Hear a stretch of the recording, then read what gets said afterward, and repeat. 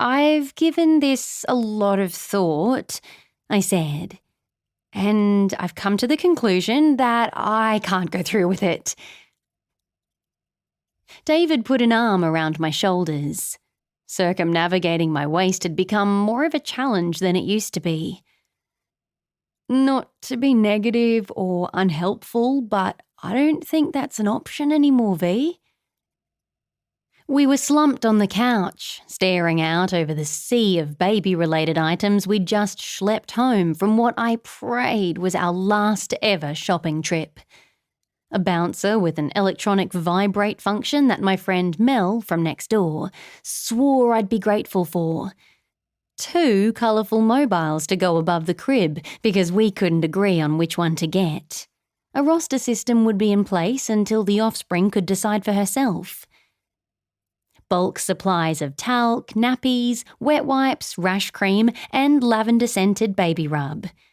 Tiny hats, booties, and singlets, so small they required 4 zeros to indicate sizing, all in nice neutral greens and yellows, because once we'd announced we were having a daughter, the pink gifts started arriving thick and fast. To combat princessification, we'd bought Lego, Meccano, books from the Mighty Girl reading lists, science experiments and chemistry sets, and Tonka trucks, as well as a good sturdy teddy bear. If we'd been stockpiling canned goods and weaponry in the same manner, we'd have been called doomsday preppers. But as it was, we looked like precisely what we were. Very nervous, expectant first-time parents.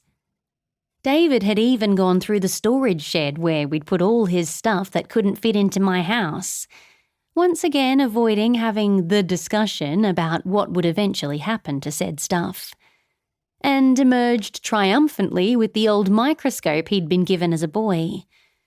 He'd polished it till it shone like new, and now it sat on a shelf in the library, waiting patiently for our child to be seized by science. Occasionally we wondered if we might be getting way ahead of ourselves, but we wanted to be organised, ready. But that was the fun stuff, not what was making me want to back out of the whole baby-having deal. It was all the unfun stuff.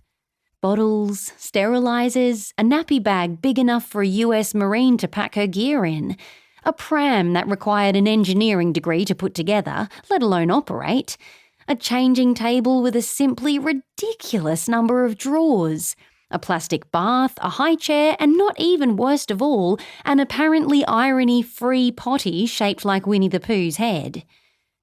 But the thing that had me making for the hills as fast as I could waddle was the breast pump. It looked nasty. I couldn't imagine trying to attach it to my worst enemy, let alone me. I'm not thick. Of course I understood that expressing milk would mean I didn't have to get up every time the bub needed a night feed. And it would also mean the other parent would have no good excuse not to do it. But still, breast pumps make the Iron Maiden and the crocodile shears look appealing. The longer I stared at it, the less I liked it. Are you sure? I mean, there's got to be some kind of voodoo that can— No voodoo, no hoodoo, no magic around the baby, he said severely. Not until Maisie's older, anyway. I think I would like a sandwich now. You just had a sandwich. To be precise, you had 2 BLTs at that cafe, and then you ate half of mine. But he got up anyway and stepped around the bench into the kitchen. Correction, our daughter had 2.5 BLTs. While she's distracted by digestion, I'd like a sandwich. I don't think it works like that. Cheese and Vegemite?